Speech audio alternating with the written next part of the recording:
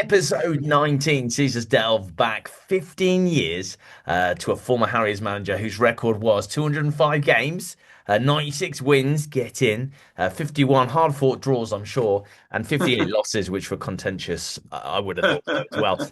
A load of Manager of the Month awards as well, and a special place in our hearts. It's Steve Burr. Hello, Steve. Good evening. Thanks very much for having me on. I'm Oh, looking forward to having a good chat with you. all we're going to do, Steve, is talk about you. That's all we're going to do, You know pal. what? I didn't realize how long it was. I mean, when you think 15 years ago, that's a hell of a long time. And obviously, a lot's gone on since then. But Yeah. just loved my time at the Harriers. It was fabulous. We're going to talk about that. We're going to talk about that, Steve. It's props. So, first question. Let's kick off straight away. Your first game, beating Grays Athletic 4-1, which led to 8 games unbeaten. What were the keys to the instant success? And would it feel like a bit of a doddle? Well, I remember the game. It was a night game, and the club had been on a little bit of a downward spiral at the time. I think Mark Yates had been offered the job at Cheltenham, and then my first game was Grays, and it was pretty much the squad that was there. Yeah.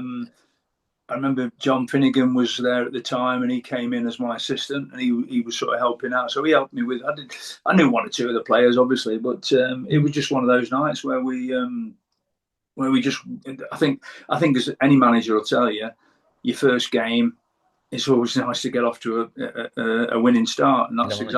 exactly what happened. And the way we did it as well was, and it seemed to lift a little bit of gloom and doom that. Hey, when you do take over, most managers take over a club that you don't only take a club over that's top of the league. So you're No. taking over a club that are struggling, and to get a win on that night was quite refreshing, and it just sort of lifted the place a little bit.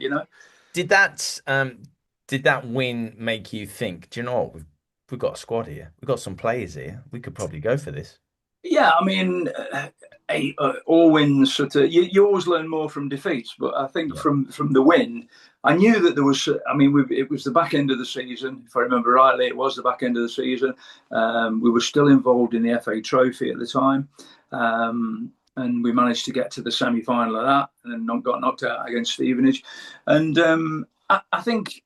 I knew in my mind, obviously, that the players that I wanted to bring in. There was one or two there that obviously I kept on, and there was one or two there that obviously there were players that Mark had in with him, and they wanted to move with him, like a lot of players do. So I didn't really, I didn't really think after that win, oh, this is going to be plain sailing. Yeah. It's going to be easy, because at the end of the day, you want your own players in, and you know that things are going to change because lads will leave for better offers or whatever. And at that time, in particular, coming into Kiddie, there was quite a few cuts in the budget at the time, so it was quite Yeah. quite tough. But I knew all that when I took over. Yeah. Barry Norgrove brought me in, and he said, "Look, Steve, it is going to be quite tight because we've been spending a lot of money that we just don't have really. So we're going to have to cut back." And I was just quite happy to be offered the job. And Yeah.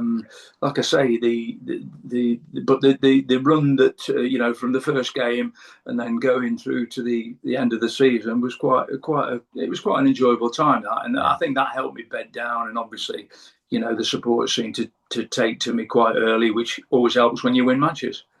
You signed a player, oh, I think probably sums up your reign, Anthony Malbon. Um, what a signing he was, Steve. Can you tell us about that? What was it like when you got him, and how much did Yeah, it I cost? That mean, kind of thing. Malbs was somebody who was brought to my attention, who had started his career off at Port Vale, and he was knocking about in and I think it was the Unibon Prem at the time, playing for Newcastle Town, Yeah. and I sent somebody over to watch, and Malbs was just one of the. He was a bit of a complex character. He was a lovely lad. I mean, but everybody I spoke to, oh, you'll have problems with Malbs, and he's not this and he's not that, and yes, he can score goals, And that's all I really was bothered about. Really, I wasn't bothered That's about it. the That's all rest I of it. need. Thanks.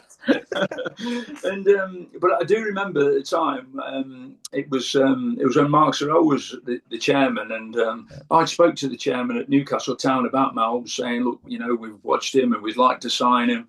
And anyway, he came back to me and he said, "Steve," he says, we're looking for 15 grand for him." And I knew I didn't have that. I probably had half of that at Yeah. a push. Yeah. But talking to, I met Malbs and his agent at the time, and his dad came along with a mate of his, and we met and we had a drink. And I Yeah. remember saying to them, "Look, you know, I want Ant, and love him to be part of the squad." But I says, "You know, Newcastle are looking for 15 grand," and I remember his dad saying, "Oh, the fee won't be a problem." And I was like, "Oh well, okay." Anyway, I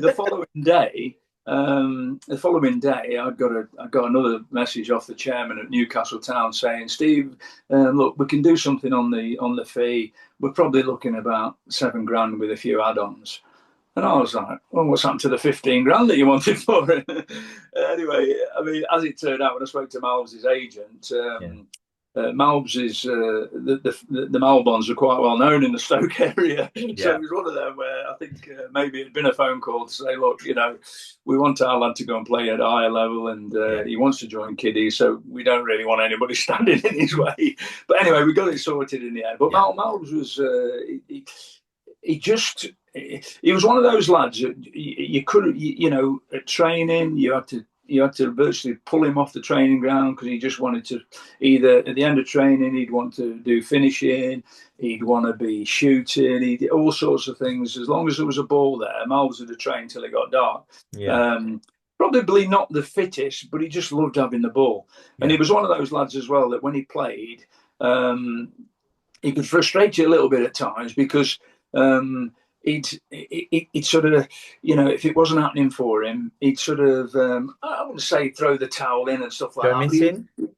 he was like one of those lads a bit, he wanted to be the centre of everything that went on. Yeah. And, you know, whether we played him just off the front man but he was also one of those lads a bit similar to like when we brought Joe Lolly in.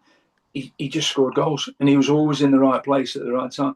But he was a lovely kid. He was a lovely kid, Malbs, and keep in touch with him still today. Like, you know, he was Yeah. managing not so long back at Kids Grove for a bit Yeah. with them, and so he's kept involved in the game. And but he was. I mean, he was a great character as well. You know, that was a good thing about him. And he was just one of those likable sort of rogues. But at the time of he was scoring goals at Kiddie. I mean, there was Celtic, there was Peterborough, there was Ipswich, and I think the other one was Sheffield Wednesday.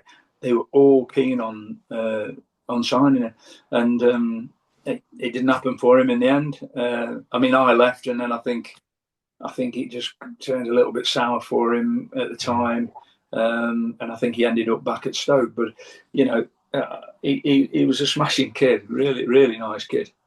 Do you think that's uh, do you think I'm word this correctly because my friend John has asked this question. He said, "What do you think a fit and fully committed Anthony Malbon could have done? As in, like fit and lost the weight and just Yeah.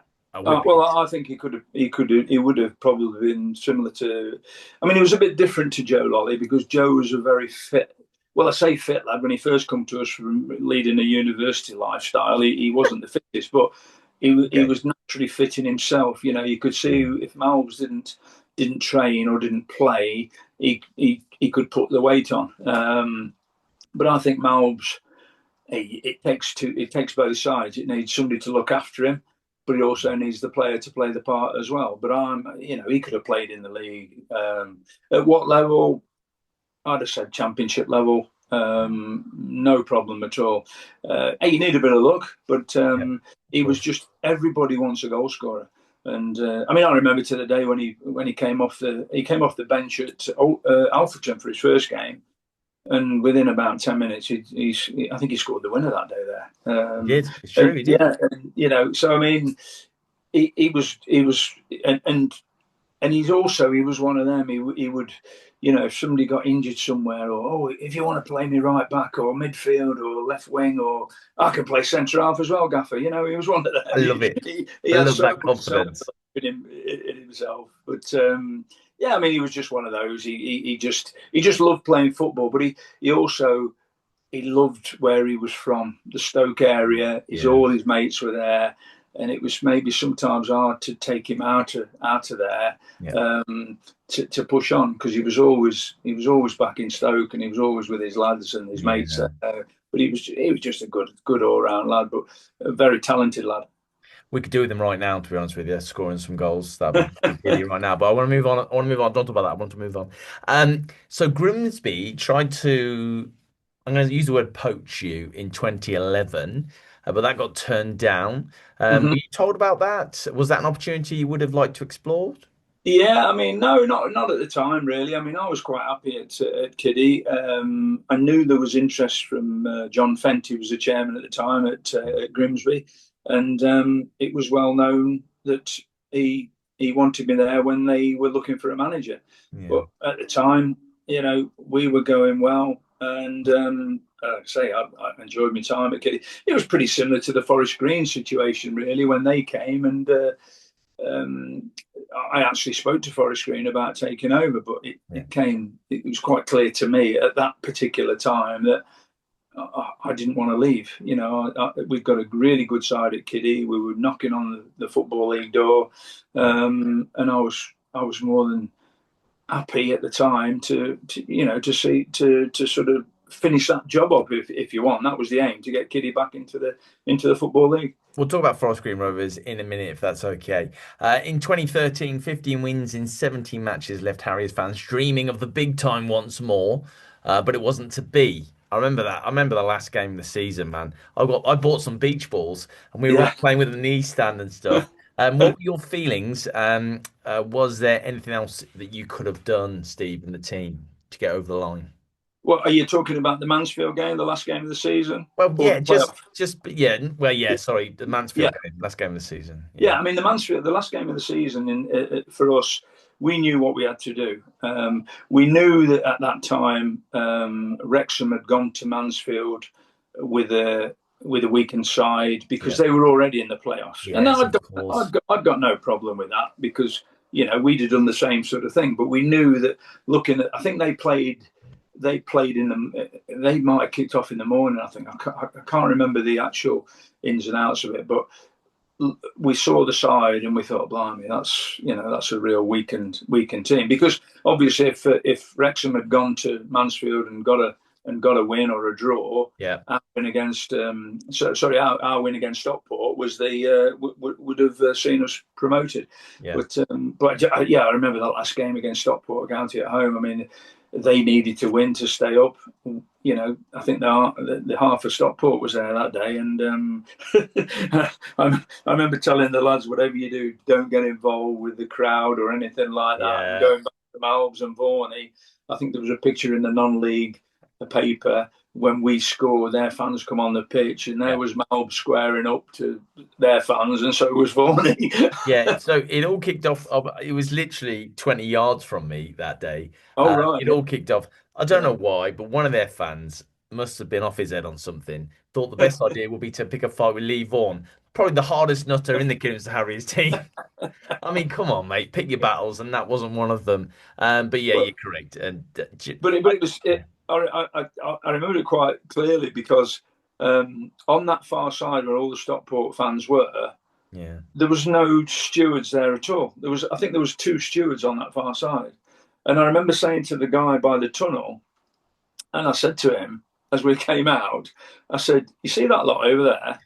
Well, as soon as we score, those lot there are going to be on the pitch." I said, "So I don't know who you got to go and tell, whether you have to bring more police in, but you need more people over that far side." And that's exactly what happened. Thankfully, it wasn't. It didn't. The game continued, because yeah, they did sort it out in the end. I think they brought a load of police in, didn't they? But they did. Yeah, they yeah, did. But it took about but I mean, 30 minutes, I think. but I mean, we couldn't have done any. We couldn't have done any more. No. We won 4-0. hey, you look at Stockport now, and I know. you look where I we were at know. the time. Yeah. But I mean, we couldn't have done any more on the day, and then it was obviously into the playoffs. Wrexham again, Yeah. and Oh, yes, we showed up at their place, but we just sort of we didn't really we just didn't have enough to finish the job off, which was it could have gone either way really, I think, but it was unfortunate that we didn't get ourselves through to the final, the playoff final that year. yeah. Do you wish you'd taken the Forest Green job? No, I know not you at the said time. no. No, I know you no, said no, and yeah. with the benefit of hindsight, maybe yes, but Oh, I think in hindsight, you could say you should have maybe done this and that. But yeah. I've always looked at and thought, well, decisions that I've made in the past have been the right decisions because I've made it at that time. Um, Mm, and yeah, maybe the financial side of it, certainly the financial side of it and the budget side of it with the yeah. team at Forest Green would have been it was quite attractive. But I don't know. It was just, I had had a real affinity for Kiddie Yeah. and the squad we had, and hey, probably similar to my playing days when I was at Mac for 7 seasons and got offered. I got offered to go and play for Barnet, Yeah. Scarborough, more money, but I just think I was enjoying where I was, enjoying my football, and Yeah. similar with Kiddie, it was just one of those where no, I was happy, and thank you very much, but I'm not going anywhere. What happened to your relationship with the chairman at the time? Because I all I remember is one day being really happy and the next day waking up and you'd gone. And I just Yeah, well, hey, that was similar to me actually. No, I think hey, I got on great with Mark Sorrell, and I think obviously when he did sack me, he obviously held me responsible for the backlash that he got from the supporters and what have you.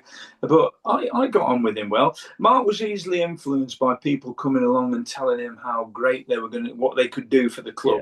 yeah. Yes. Um, I remember when George Rolls turned up at the club and he was going to do this, that, and the other, and Mark had never met him or never heard of him before. Yeah. And Gary went in with a meeting, and we said to him, "Look, George Rolls is not the type of guy you want in at the football club. No. Uh, if you look at Weymouth and you look at what's happened at Cambridge, just be careful." We weren't telling him what to do, but we were just saying, "Look, myself and Gary Wild have been around the football scene a long time. Yeah. We knew of these type of people." And so, but nothing really happened. I mean, I was as shocked as anybody, because I came back from being from having an interview with Forest Green, and I always made this quite clear in the past when I spoke about it Yeah. that the club um, uh, gave me permission to go and speak to Forest Green. And Yeah. I'd asked them, I said, "Look, I'm under contract." In fact, I didn't ask them. It was Mark who came to me and said, "Look, Forest Green have been on. They want to speak to you. And I think it'd be a good idea if you go and talk to them because they can double your wages. They can double your salary, the budget with the team. They're going places. We're always going to be struggling a little bit with the finances." And I said, "Well, look, I'll go and chat to them, but I don't really want to go anywhere." And that's how it was. But no, I mean, listen, we had some great times, and Mark, and I've not seen him for a number of years, but I mean, if I was to see him over at Kiddie or wherever it is, we'd shake hands and that. There was never in football. I've never fallen out with anybody at any club. Chairmans, I've always got on with. We never always seen eye to eye, Yeah. but I've never, it's always been nice that, if I've gone back to Chester or Nuneaton or wherever it is I've managed, I've always been most welcome back there, and that's quite nice. And same with Kiddie. When I go back to Kiddie, it's always nice. You get a nice welcome. So there's never been any animosity because hey, football's too short for that, and you're always gonna bump into people Yeah, of course. further down the line when you've left. So, but I say I've worked with some difficult chairmen over the years. Yeah. Uh, probably, one of the Charlie Clapham at Southport was hard to deal with and hard to get on with. But I think if you look at his record of managers that he had, that wasn't just me. That was everybody seemed to have a problem. I got Yeah. on great with Rob Gorski, John Baldwin at Hensford, who was on the board of directors at Kiddie. So and the people at Chester, terrific, fabulous people. Yeah, and in football, if you're not winning, then you're not loved by everybody, are you? It's No, as simple as that it's nowadays. true. If It you're is true. winning matches and you're playing good football, which I think I'd like to think that we did put on some really good sort of performances at Kiddie, and also the fans. When I go back, they always, it was nice to watch your teams play, and that means a lot to me. So, Nostalgia is a beautiful thing. yeah, Right, so this is the last question that I'm going to ask that is a bit sad. One of the biggest injustices was you not leading the team away at Sunderland and Malbon not playing, especially after beating Peterborough to get through. I know it's football, but that must have you couldn't have watched that on the telly, surely. I Surely. didn't watch it now. I mean, that was because we'd played in the early. Well, it was after the game against. Was it who did we draw at home with? Was it Oldham? I think And then, we played Newport and it must have been Peterborough in round three because that was it. Peterborough. We drew with yeah, Peterborough at home. yeah, That's and then right, we with beat them Peterborough at home. 3-2. And then I think I got the sack on the Monday, and then the team went and beat Peterborough in the replay with Andy Thorne in charge. Now, obviously, that had been shoehorned in. I think Yeah. he was shoehorned in prior to me leaving.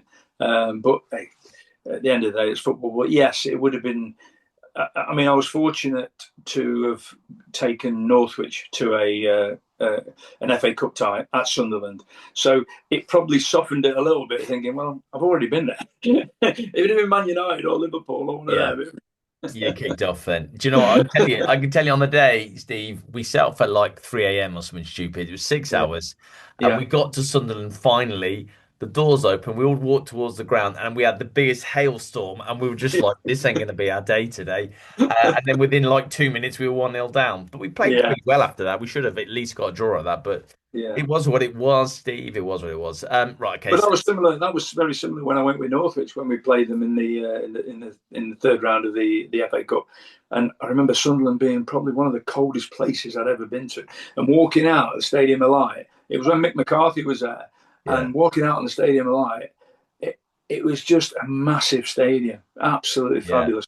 And they were terrific on the day. I mean, Mick was having a bad time at that present time with Sunderland. They were bottom of the league. Yeah. And it did have banana skin written all over it. But they scored early on. I think that calmed their nerve down. Then they went on and beat us three. I think it was 3-0 in the end. So maybe because that was Sunderland and I'd been there before, it wasn't as bad. Didn't fancy the travelling, to be fair. So it was okay. I didn't even until I was researching this. I didn't realise that you were the manager at Northwich when Harriers lost to you, but went through in the FA Trophy semi-final. I didn't realise that was you, Steve. Yes, that was me. Yeah, and that was we came to Kiddie for the first leg. Yeah. We were 2-0 down virtually after. No, we were 2-0 down, and then I think it might have been. No, let me. Yeah, that was it. It was 2-0. It was two. I'm sure it was 2-0 the first leg. Anyway, the second leg at Northwich, Yeah. we scored 2 goals in about 10 minutes, and I thought I we was got a chance. there. And then Chrissy Williams broke his leg, and I can't remember who got the winner. It might have been Mark Crichton got the winner from a corner, or a No, we Connor. lost. We lost that game 3-2. That was it. We Yeah, went 3. through an aggregate. Yeah, you did. Yeah, and it was a great effort by our lads because I say we were 2-0 down and we were well beaten at Kiddie. You could see the difference in class that day, Yeah. but the replay, the way we came out of the blocks and we scored 2 early on, and we was like, blimey, we got a chance here. But yeah, Absolutely. that was me. I was there. You were there. Yeah, you nearly did it, man. You nearly did it. I seem to be just getting smaller and smaller on the screen. But let's talk about the players that you had at Kiddie. Who was the best? Oh crikey! I mean, I've been asked this quite a few times over Yeah. the years since I've left Kiddie, and you know, it's hard to pick out the best players Yeah. because I had a great goalkeeper in Danny Lewis, Yeah. and you know Josh Gowlin, Shea Dunkley, centre Yeah. halves, Mickey Dimitri at left back, and then obviously Varney at right back, and they were all.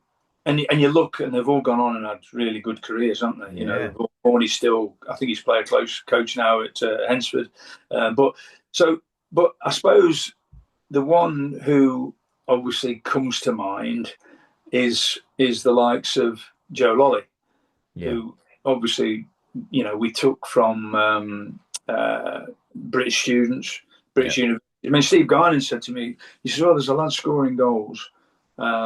He plays for the British students, and they've got a game at Loughborough, Yeah. and they were playing Scotland. And I went over to watch, and on the night, Joe didn't score, but he could have had five. He was just always in the right spot at the right time, and we brought him in from. He'd been playing for a team called Littleton, I think it was, in over in Evesham way or around the Worcestershire area. Yeah. And we brought him in pre-season just to give him a trial, and then he played at Chasetown. We played Chasetown in a pre-season friendly. He's come off the bench second half, and he scored three unbelievable goals. And I remember saying to Mark Sorrell, "Look, we need to sign him." And I remember Mark quite vividly saying, "Oh, I think you better have another look." Just I says no. I says if we don't sign him today, Yeah. he'll sign for somebody else. Anyway, to be fair to that, we managed to sign him, Yeah.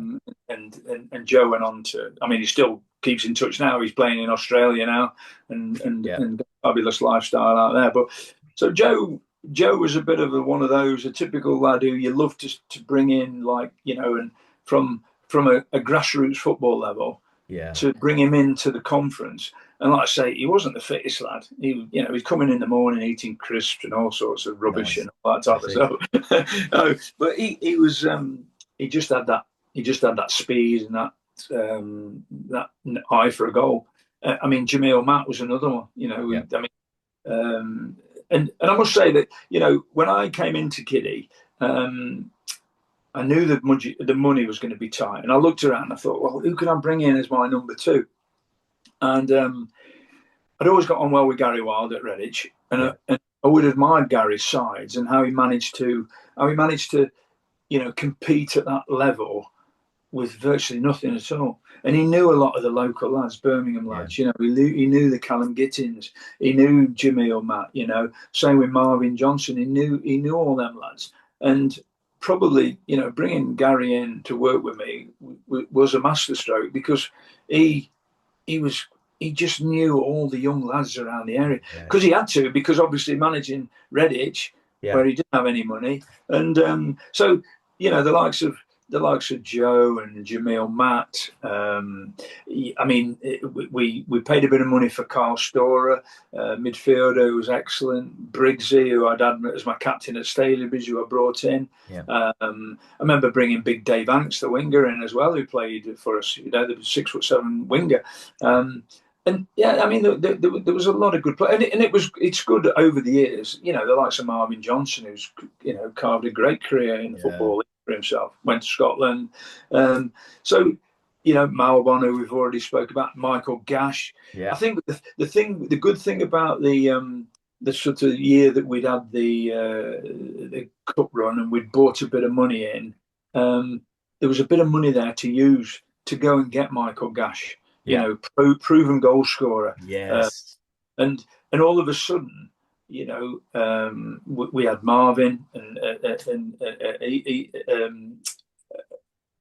I'm trying to think of the other lad who was Amari Morgan Smith, who we brought in. We signed him.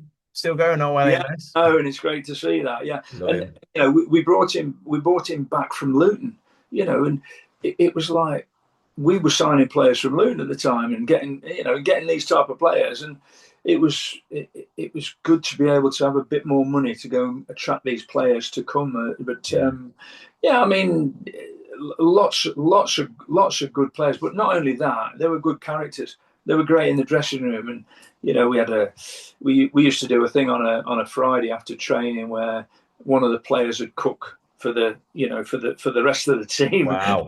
That's Nice. quite interesting. I mean, we had Barsing, who's I mean, he's done great at Tamworth, the keeper. You know, Yeah. he was there with Mark and Neil Howarth, and It's better. because of Danny Lewis, we never, Jazz never really got the opportunity to play that many games, and he Yeah. went off. But he's had a great career. You know, at Tamworth, he's played loads of games there, but he did a great curry. He was one of the best. He did this great curry for us on Classic. this Friday afternoon after we'd finished training. Some were really dodgy, by the way, but some were really Yeah, beans on toast. That'd been fun. well. Yeah, Yeah, for 22. Right, Steve, we've got, let me have a little look. Colin's gonna run out. We've got 7 minutes left, okay? So yes or no for this? Well, yes or no for this one. This is from Stu. Melon Stew, do you remember Melon Stew? Stu yes, gave me your number, yeah. yeah. Stu says, was that 2013 team the best you've ever managed? Um, It's up there. It's got to be up there, yeah. Because I Yeah. mean, that year we were, I mean, in one of the local big papers, I think it was the Daily Mail. We were we were compared to the run that we'd been on. We Yeah. were compared to like Barcelona in Europe, They which always is do that. They always ridiculous. do that. They're like little kiddie Harriers and big old bosses. Shut up. I've still got the paper cutting, but Brilliant. I mean, I had a terrific side at Northwich, the one that won the Conference North, and then went into the Conference Prem, and that was the year we won. That was the year we won the Conference North, and then moving into the Conference Prem and having the Sunderland game. So Yeah. that was a good squad. I had a good squad. I had a good side at Chester, but yeah, I would say that the side at Kiddie was right up there with could compete with anybody on the day, and it was and we did that. I remember going to Luton, really hostile place to go and play, and we that year we turned them over. 2-1. I was there. Yeah, I was there, yeah, Steve. yeah. So and there was that side, and hey, when you've got a side like that and a squad of players like that, it makes your job so much easier. Yeah. Training, coming in during the week, the whole place. It was just, and don't forget that start of that season. I think that was the season we didn't win for about 10 games. I think, or six. Was it drew? Did we lose the first five and then draw the next four, and then we won at Cambridge, I think, and then we Yeah. went on that incredible run. But it was just great. I mean, I'd love to go back to that times. I tell you, it was brilliant. So would I, Steve, to be honest with you. But But there you yeah, go. I would Um, say that I've was just, the yeah, sorry, I've just got two more questions and I'm conscious because the last one might be, yeah. I Sorry, want to mate. spend a bit of time with it. It's fine, Steve. So this is from my friend Nick, who's on the Kidderminster Harriers fans podcast panel. He says, how do you think non-league football has changed in terms of tactics and style since your time managing us? Can you answer that in 1 minute? Yeah, I think the thing is with the tactics now, everybody's copying like the Premiership and how to play out from the back and that. Yeah. But it all boils down to the players that you've got on your side. Because the players that you've got on the side, the better they are, the better you are as a manager. Yes, you've got to look after them and be right with them and Yeah. get them to like you and play for you and bust a gut for you and all that. But it's all about the players. And I see some of these, even now I'm still involved in, and I see some of these young coaches with laptops on the side of the dugout. And I'm thinking, what are you looking at? What are you doing? If you can't trust your players when you Yeah. brought them in to go and produce, then it's one of them. But yeah, the tactical side of it now and the low block and all these terminologies that you hear, it does me head in, to be honest. Mine as well, Steve. Mine. Let's go back to the I'm glad I'm 90s not and the managing. 90s. Right, okay. So this is the last question. I always ask this question it is a kind of question to people who come on because you were with Harriers for a while, for a long time, for a manager. And I just want to say thank you for talking to us today. And a lot of people watch this and be reminiscing about what could have been. I think that's fair enough to say. So Steve, do you have a final message for the fans who supported you during those great times?